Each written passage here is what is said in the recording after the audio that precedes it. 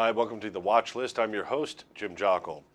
The EU-US continue to duel over international derivative rules, and without striking a deal, U.S. clearinghouses could face big losses.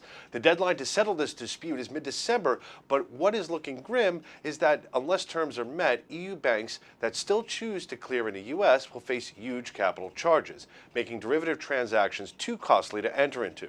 So let's break this down. Number one, the EU is not seeing U.S. clearing rules as equivalent to their own, suggesting oversight of clearinghouses is less strict. Two, the Wall Street Journal and other industry sources have suggested that the tiff between the U.S. and EU regulators is retaliation for the steps that U.S. officials took earlier this year when the CFTC declined to grant equal equivalence to European trading platforms for swap. Number three, notable points of contention include how margin is calculated and the transparency of clearinghouse policy. So this is something we're sure to hear from more as the deadline continues to approach.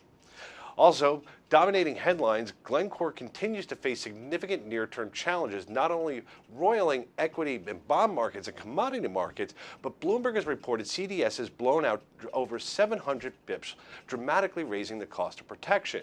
As this is arguably the most significant potential non-financial corporate event since Enron, the question will be, how will investors fare?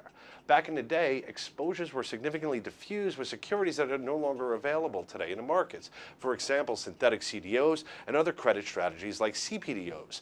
While Glencore is a thinly traded single name, all eyes continue to be on its $2 billion commercial paper program.